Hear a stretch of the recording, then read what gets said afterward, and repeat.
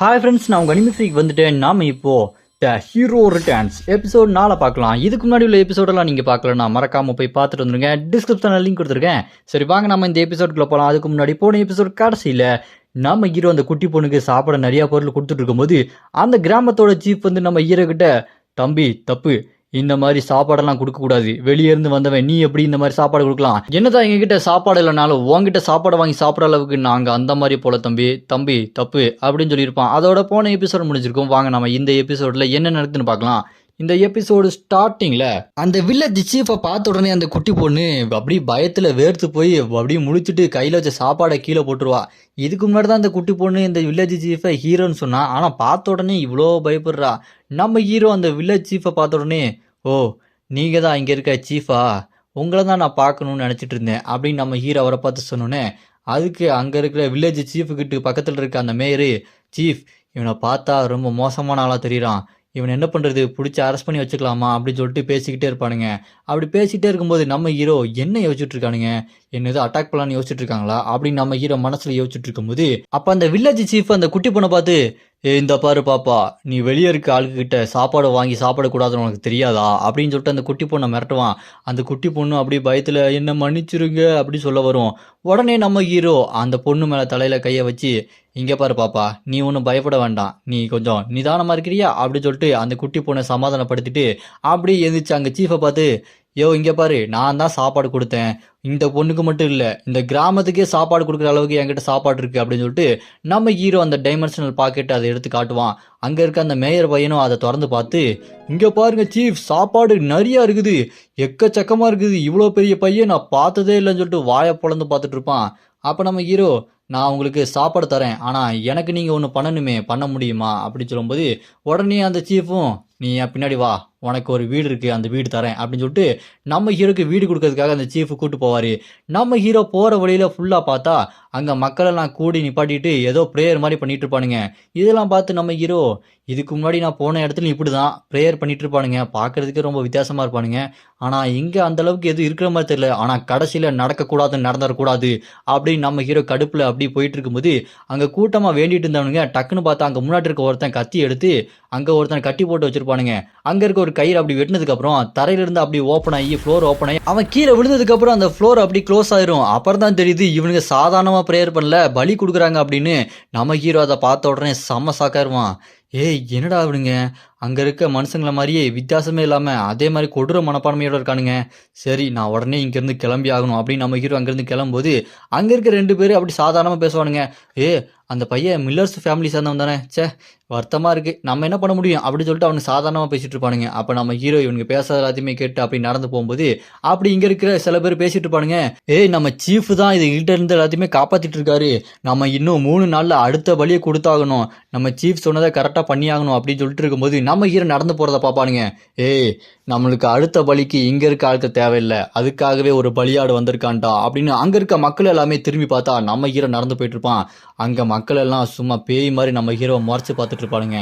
அப்படியே கட் பண்ணா இந்த பக்கம் அந்த சீஃபுக்கிட்ட மேயர் பையன் வந்துக்கிட்டு, சார் இப்போ பலி கொடுத்தாச்சு, அடுத்த 3 நாளுக்கு அப்புறம் ஒரு பலி கொடுக்கணும், அந்த பலிக்கு இங்கே வந்த பையனை சூஸ் பண்ணியிருக்கானுங்க, என்ன பண்ணுறது, ஆனால் அந்த மாதிரி பலி கொடுக்குறதுலாம் ஓகே தானா, எதுக்காக இதெல்லாம் கொடுக்கணும் அப்படின்னு சொல்லும்போது அப்போ அந்த சீஃப் மேயர்கிட்ட, இங்கே பாடுறா இந்த மேஜிக் லிக்விட், இது மூலமாக தான் மான்சஸ் எல்லாமே நம்ம கிராமத்துக்குள்ளே வராமல் தடுத்து நிப்பாட்டிட்டு இருக்கேன், இது எதனால கிடைக்குதுன்னு நினைக்கிறேன், இவங்களெல்லாம் பலி கொடுக்கறதுனால தான், இது என்னதான் ரொம்ப டேஞ்சரஸாக இருந்தாலுமே மக்களோட பாதுகாப்பு ரொம்ப முக்கியம், ஒரு 10 பேரை காப்பாற்றுறதுக்கு ஒருத்தரை பலி கொடுக்கணும் அப்படின்னா கண்டிப்பாக நான் அதை கொடுப்பேன், அதை பற்றி கொஞ்சம் கூட வருத்தப்பட மாட்டேன், ஏன்னா அங்கே ஒரு பாம்பு மான்ஸ்டர் இருக்குது, அதுக்கு பலி கொடுக்கலன்னா அது மொத்தத்தையும் சாப்பிட்ரும், மொத்த மக்களை சாப்பிட்டா என்ன பண்ணுறது, ஒன்றும் பண்ண முடியாது, நான் இந்த கிராமத்தை காப்பாற்றணும் அப்படின்னா அப்போ பலி கொடுத்து தான் ஆகணும் அந்த பாம்பு மான்ஸ்டருக்கு அப்படின்னு அந்த சீஃபு ரொம்ப வில்லத்தனமாக பேசிகிட்டு இருப்பான். அப்படியே கட் பண்ணால் 3 நாள் கழித்து சும்மா முகமுடியை போட்டு நெருப்பு பதத்தோடு வரானுங்க. என்னன்னு பார்த்தா நம்ம ஹீரோ மயங்கி போய் கிடக்கிறான். நம்ம ஹீரோவை தான் தூக்கிட்டு வந்து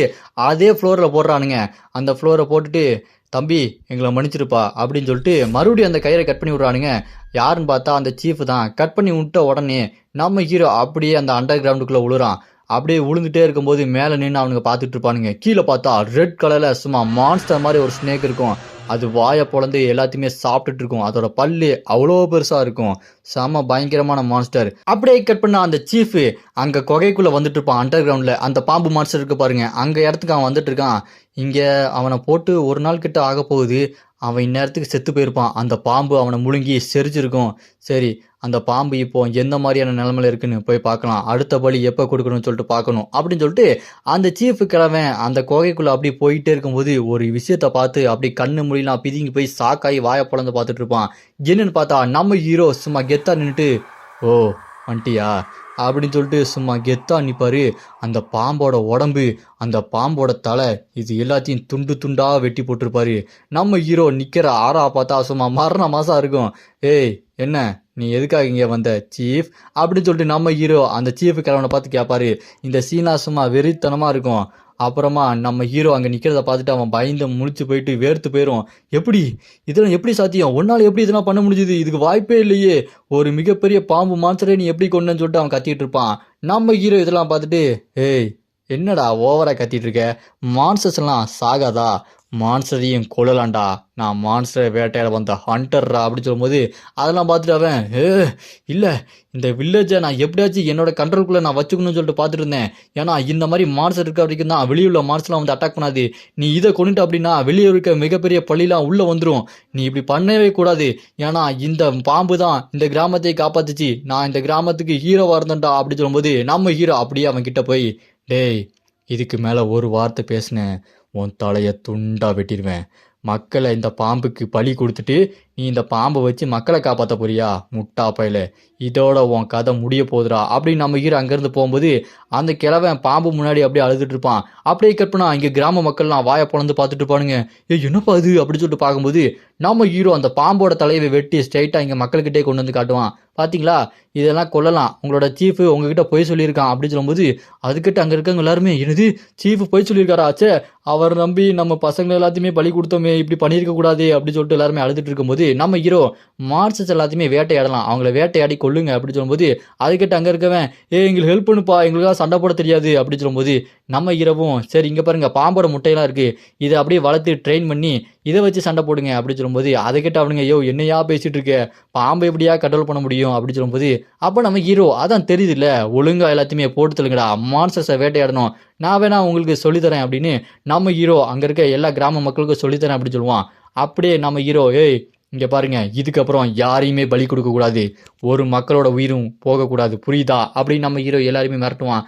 அவங்களும் சரிங்க இனிமேல் நாங்கள் அப்படி பண்ண மாட்டோம். அப்போ நம்ம ஹீரோ மனசுக்குள்ள யோசிச்சுட்டு இருப்பான். இங்கே இருக்க சீஃப் ஒரு ஹீரோ மாதிரி நடந்துக்க ட்ரை பண்ணுறான், ஆனால் அவன் ஒரு கோலை, அவன் கதையை முதல்ல நான் முடிக்கணும் அப்படின்னு நம்ம ஹீரோ யோசிச்சுட்டு இருக்கும்போது அந்த குட்டி பொண்ணு இருக்கு பாருங்க, நம்ம ஹீரோ பார்த்து அப்படின்னு சொல்லிட்டு பயந்து போய் முடிச்சுட்டு இருப்பா. நம்ம ஹீரோ பார்த்துட்டு, நீ இங்கே தான் இருக்கியா, நீ கவலைப்படாத, இனிமே உங்களுக்கு ஒன்றுமே ஆகாது அப்படின்னு நம்ம ஹீரோ அந்த குட்டி பொண்ணுக்கிட்ட பாசமாக பேசிகிட்டு இருப்பான். அப்புறம் அங்கே இருக்க கிராம மக்கள்லாம், சரிங்க நீங்கள் சொல்லிக் கொடுங்க, நீங்கள் சொல்லிக் கொடுக்குறது எல்லாத்தையுமே நாங்கள் கரெக்டாக பண்ணுவோம் அப்படின்னு சொல்லிட்டு அங்கே இருக்க எல்லாருமே நம்ம ஹீரோ சொல்கிறத கேட்ட ஆரம்பிச்சிருவாங்க. அங்கே இருக்க மேயரும், நான் முதல்ல இருந்தே அந்த சீஃபுக்கிட்ட சொல்லிட்டு தான் இருந்தேன், அவங்க தாங்க கேட்கல, நீங்கள் என்னையும் உங்கள் கூட சேர்த்துக்கங்க, எனக்கும் சண்டையெல்லாம் சொல்லிக் கொடுங்க அப்படின்னு சொல்லும்போது அந்த கிராம மக்களுக்கு அந்த மனசில் இருக்க தைரியம் இப்போ 60% அதிகமாகும். இதை பார்த்து நம்ம ஹீரோ நல்லா தான் போயிட்டுருக்கு, இப்போ அடுத்த வேலையை ஆரம்பிக்கலாம் அப்படி சொல்லும்போது இந்த பக்கம் இன்னொரு கொகையில அந்த சீஃப் கிழவன் அப்படி கீழே படியில் இறங்கி நடந்து வந்துட்டு இருப்பான். எங்கேயோ இருந்து வந்த அந்த திமிரு பிடிச்ச நாய் இப்போ என்ன ஹீரோவா இருந்து ஜீரோவா மாற்றி விட்டான், அவனை விடக்கூடாது அப்படின்னு அவன் இறங்கி வரும்போது அவனுக்கு முன்னாடி அந்த மிகப்பெரிய ஒரு மான்ஸ்டர் படத்துக்கு இருக்கும். அது பார்க்கறதுக்கு ப்ளூ கலரில் ஒரு பறவை மாதிரி இருக்கும். அதுக்கிட்ட வந்து, இங்கே பாரு ஒன்று அழிக்கிற மாதிரி ஒருத்தன் இங்கே வந்திருக்கான், சீக்கிரம் கண்ணை முழி அப்படி சொல்லும்போது அது கண்ணை படக்குன்னு முழிக்கும் பாருங்க, பார்க்கறதுக்கே பயங்கரமாக இருக்கும். அந்த பறவைக்கிட்ட வந்து, நீ இப்போ ஒருத்தனை கொன்னே தீரணும் அதுவும் எனக்காக அப்படி சொல்லிட்டு பயங்கர வில்லத்தனமாக சொல்லிட்டு இருப்பான். அப்படியே கட் பண்ணா இந்த பக்கம் நம்ம ஹீரோ அந்த சின்ன சின்ன மான்சஸ் எல்லாத்தையுமே எப்படி வேட்டையாடணும் அப்படின்னு சொல்லிட்டு சொல்லி கொடுத்துருப்பானுங்க. அந்த சின்ன மான்சஸ் எல்லாத்தையுமே அவனுங்க அப்படியே கட்டி போட்டு பிடிச்சி வைப்பானுங்க. இதை பார்த்து அவனுங்க, பரவாயில்லையாப்பா மான்சஸ் எல்லாத்தையுமே பிடிக்க முடியுதே அப்படின்னு சொல்லிட்டு ரெண்டு பேரும் அப்படி பார்த்துட்டு இருக்கும்போது இந்த பக்கம் ஒரு மிகப்பெரிய பூரா மான்ஸ்டரு அது அப்படியே நம்ம ஹீரோ முன்னாடி எந்திரிச்சு நின்று அட்டாக் பண்ண ஆரம்பிக்கும். நம்ம ஹீரோ அட்டாக் பண்ண சொல்லி ட்ரை பண்ணும்போது அது அப்படியே மண்ணுக்குள்ளே பூந்து அப்படியே எஸ்கேப் ஆகி போக பார்க்கும். நம்ம ஹீரோ சோடை பிடிச்சிட்டு ஒன்றை விட மாட்டேன், எங்கே தப்பிச்சு போகிற அப்படின்னு சொல்லிட்டு அப்படியே போய் அதை ரெண்டாக அப்படியே பொழந்து விட்டுருவான். ஒரே வெட்டில் ரெண்டு துண்டா அப்படியே வெட்டி விட்டுருவான். அதை பார்த்துட்டு அவனுங்க, ஏய் வெளியே இருந்து வந்தவனே இங்கே வாப்பா, சூரியன் மறைய போகுது, நம்ம டக்குன்னு இங்கேருந்து கிளம்பி ஆகணும், நீ சண்டை போட்டுட்டே இருப்பியே அப்படி சொல்லும்போது நம்ம ஹீரோவும் இருப்பா இன்னும் கொஞ்சம் மான்ஸ்டரை வேட்டையாடணும் முடிச்சுட்டு வந்துடுறேன் அப்படின்னு சொல்லும்போது இப்போ நம்ம ஹீரோ 10வது ஃப்ளோரை முடிக்கிறதுக்கு 90% வந்துட்டான்.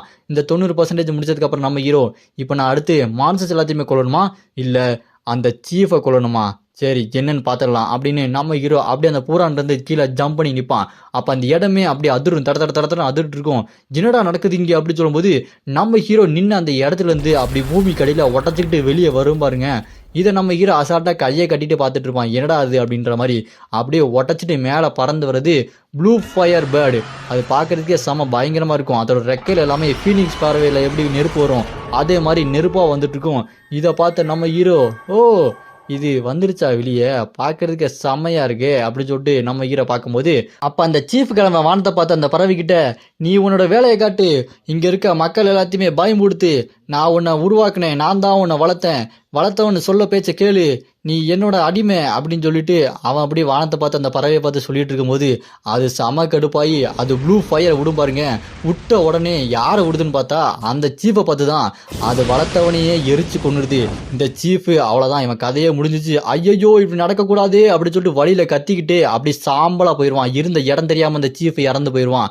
இதை பார்த்து நம்ம ஹீரோ, இதோட ஃபயர் ரொம்ப பயங்கரமாக இருக்கு, இதை எப்படியாச்சும் நான் கண்ட்ரோல் பண்ணி ஆகணும், இது இப்போ கிராமத்தை நோக்கி பறந்து போயிட்டு இருக்கு, இதை விடக்கூடாது, நான் எப்படியாச்சும் தடுத்து நிப்பாட்டி ஆகணும் அப்படின்னு சொல்லிட்டு நம்ம ஹீரோ செம வேகமாக ஓடிட்டு இருப்பான். அந்த கிராமத்தில் இருக்க செவுரில் அப்படி தாவி பறந்து போய் ஒரு ஜம்ப் அடிப்பான். நம்ம ஹீரோ குதிக்கிற பவரை யூஸ் பண்ணி அப்படி பறந்து போய் பிடிக்கலான்னு சொல்லிட்டு பார்க்கும்போது ஜஸ்ட் மிஸ் ஓங்கி ஒரு வெட்டு போடுவான். அது அப்படியே ஹைட்டாக பறந்துடும்.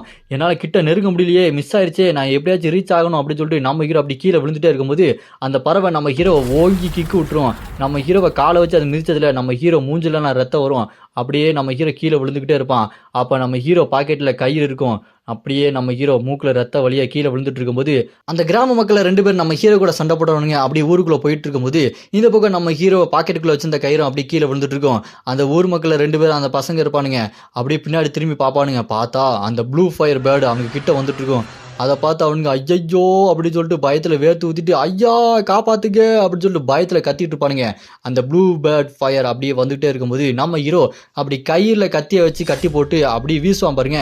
வீசினதில் அதோட அந்த வாயில் அப்படி கட்டிடும். வாயில் கட்டி அப்படி மூணதுக்கப்புறம் அப்படியே நம்ம ஹீரோ அந்த பறவைக்கிட்ட கயிறு பிடிச்சிட்டே கிட்ட போவான் பாருங்க. அப்படியே கிட்ட போய், என்ன என்கிட்ட இருந்து உன்னால் தப்பிக்க முடியும்னு நினச்சியா, இரு டிரான்ஸ்ஃபர்மேஷன் பவர் யூஸ் பண்ணி உன்னோட பவர் எல்லாமே எனக்கு அப்படியே நான் காப்பி பண்ணிக்கிறேன் அப்படின்னு நம்ம ஹீரோ அந்த ஃபயர் பவர் எல்லாத்தையுமே அப்படியே அப்சர்வ் பண்ணிக்கிட்டே இருப்பான். அது அப்படியே அப்சர்வ் பண்ணிட்டு அது பயங்கரமா கத்திக்கிட்டே இருக்கும். அதே நேரம் நம்ம ஹீரோட உடம்பு அப்படி பயங்கரமா எரிஞ்சுக்கிட்டே இருக்கும். அப்படியே கட்டமா இந்த பக்கம் ஹீரோ வீட்டில் அவங்க அம்மா யார்கிட்டயோ ஃபோனில் பேசிட்டு இருக்காங்க. கிம்மா அவன் இப்போ பெரிய பையனாக வளர்ந்துட்டான், எங்கேயோ வெளியே போயிருக்கேன்னு சொல்லியிருக்கான், டூருக்கு போயிருக்கான், வந்துடுவான் அப்படின்னு சொல்லும்போது அப்படி இந்த பக்கம் நம்ம ஹீரோ கயிறை வச்சு பிடிச்சி அந்த ப்ளூ ஃபயர் பேர்டு அப்படி பிடிச்சி வச்சுட்டு இருப்பான். அதோட நெருப்பு பவர் ரொம்பவே பயங்கரமாக இருக்கும். நம்ம ஹீரோட கையை கால் எல்லாத்தையுமே நெருப்பு பற்றிக்கும். நம்ம ஹீரோ டிரான்ஸ்ஃபர்மேஷன் பவர் யூஸ் பண்ணி அந்த பவரை நம்ம ஹீரோ அப்படி எடுத்துக்கிட்டே இருப்பான். இருந்தாலும் நம்ம ஹீரோ உடம்பு ஃபுல்லாக நெருப்பாக எரிஞ்சிட்டு இருக்கும். இது ரொம்ப சுடுது, நான் சீக்கிரமாக அதை முடிச்சாகணும் அப்படின்னு நம்ம ஹீரோ அவனோட அந்த ஸ்வாடை எடுத்துட்டு அப்படி நிற்பான் பாருங்க. உடம்பு ஃபுல்லாக கோஸ்ட் ரைடர் மாதிரி அப்படி நெருப்பு எரிஞ்சிட்டு இருக்கும். இதோட ஒன்று விட மாட்டேன், எனக்கு இப்போ உடம்பெல்லாம் பயங்கரமாக எரியுது, இதை நான் சீக்கிரம் முடிச்சாகணும், நான் இப்படியே போயிட்டு இருந்தேன்னா இதுக்கு முன்னாடி எனக்கு ஒன்று அந்த மிகப்பெரிய மான்ஸ்டர் கையில் நான் கண்டிப்பாக தோற்றுருவேன், நான் ஸ்ட்ராங்காக மாறியே திருவேன் அப்படின்னு நம்ம ஹீரோ கிட்ட இதுக்கு முன்னாடி ஒரு நெக்லஸ் கிடச்சிருக்கும் பாருங்க. அது மூலமாக ஹீல் பண்ண முடியும். அதை யூஸ் பண்ணி அப்படியே நம்ம ஹீரோ ஹீல் ஆகிட்டு சும்மா வெறி கொண்டு ஓங்கி ஒரு அடி அடிப்பான் பாருங்க. வானத்திலே பறந்துட்டு ஸ்வாடை வச்சு ஒரு குத்து நறுக்குன்னு குத்திட்டு நீ சாவு செத்துப்போ அப்படின்னு சொல்லிட்டு கத்திக்கிட்டே ஒரு அடி அடிப்பான் பாருங்க. ஸ்வாடை வச்சு குத்துனதுல அப்படியே அந்த பறவை கீழே விழுந்து செத்து போயிடும். நம்ம ஹீரோ அப்படியே மயங்கி அப்படியே கண்ணை மூடுவான். இதோட இந்த எபிசோடு இங்கே முடியுது. இதுக்கப்புறம் என்ன நடக்க போகுது அப்படின்றத நம்ம அடுத்த எபிசோட பார்க்கலாம். உங்களுக்கு அடுத்த எபிசோடு வேணும்னு நினைச்சீங்கன்னா மறக்காம கமெண்ட்ல அப்படின்னு கமெண்ட் பண்ணுங்க. இந்த வீடியோ பிடிச்சா மறக்காம லைக் பண்ணி சப்போர்ட் பண்ணுங்க.